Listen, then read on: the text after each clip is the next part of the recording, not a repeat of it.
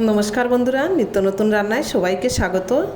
আজকে আমি আপনাদের সাথে শেয়ার করব শাহী বালুশাহী মিষ্টি রেসিপি। বালুশাহী মিষ্টি বানানো অনেক সহজ আর কিন্তু খেতে খুবই সুস্বাদু। কিভাবে বালুশাহী মিষ্টি বানালে বাইরে ক্রিস্পি আর ভেতরে জুসি করে বানানো যায় তার সমস্ত টিপস থাকবে এই ভিডিওতে। চলুন তাহলে দেরি না করে বালুশাহী মিষ্টিটা বানিয়ে ফেলি। প্রথমে একটা পাত্রের মধ্যে নিয়ে নিচ্ছি 2 বাটি ময়দা, দিয়ে দিচ্ছি স্বাদ অনুযায়ী নুন, আর 1 চামচ এলাচ গুঁড়ো, 1/2 চামচ বেকিং সোডা আর 3 চামচ ঘি। এখন ঘিটাকে শুকনো উপকরণগুলোর সাথে ভালো করে মিশিয়ে নেব। ঘিটা এই মিষ্টির একটা প্রধান উপকরণ, তবে ঘির পরিবর্তে আপনারা তেলটাও ব্যবহার করতে পারেন। যখন মেশানো হয়ে যাবে তখন অল্প অল্প করে পানি দিয়ে আমি একটা ডো তৈরি করে নিচ্ছি। ময়দার ডোটাকে আমি খুব বেশি ম্যাশ করে মাখবো না, তাহলে ভেতরে রস ঢুকবে না।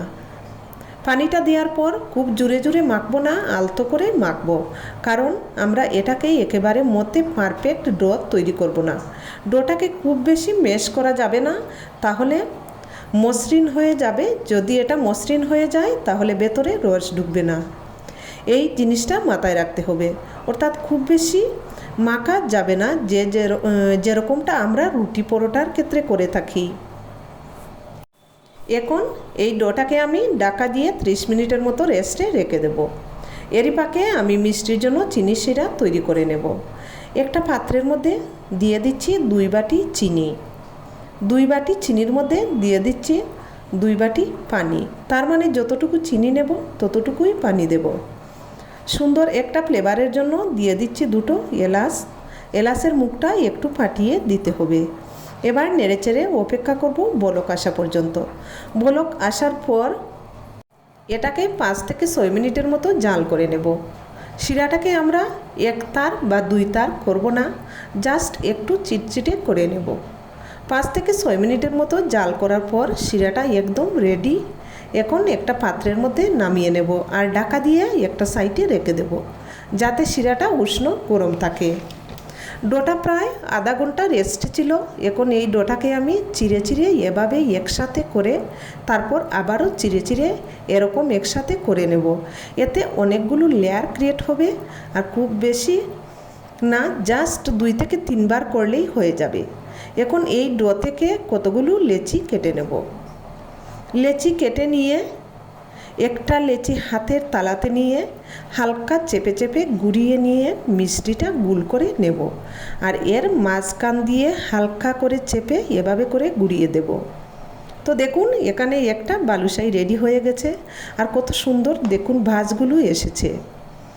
আর ঠিক একইভাবে আমি সবগুলো বালুশাহী মিষ্টি রেডি করে নেব। তো দেখুন, এখানে আমি সবগুলো বালুশাহী মিষ্টি খুব সুন্দরভাবে রেডি করে নিয়েছি। এবার মিষ্টিগুলো ভাজার জন্য চুলাতে একটা কড়াই বসিয়ে রান্নার তেল দিয়ে দিলাম। এবার তেলটা হালকা কুসুম গরম করে নিয়ে এক এক করে বালুশাহী মিষ্টিগুলো তেলের মধ্যে ছেড়ে দিচ্ছি। তো মিষ্টিগুলো আমি তেলের মধ্যে ছেড়ে দিয়েছি। এবার একদম হালকা আঁচে রেখে দেব। কিছুক্ষণ ভেজে নেওয়ার পর হালকা একটা কালার চলে আসলে এক এক করে উল্টিয়ে দেব। এভাবে ঘন ঘন নেড়ে ছেড়ে উল্টে পাল্টে দিলে সবগুলো মিষ্টির এক সমানভাবে কালার আসবে। এই দেখুন, এবার তেল জড়িয়ে মিষ্টিগুলো তুলে নেব।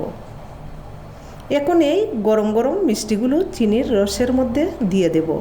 চিনির রসটা কুসুম গরম থাকতে এই মিষ্টিটা দিয়ে দিতে হবে, আর চিনির রসের মধ্যে ভালো করে ডুবিয়ে নেব।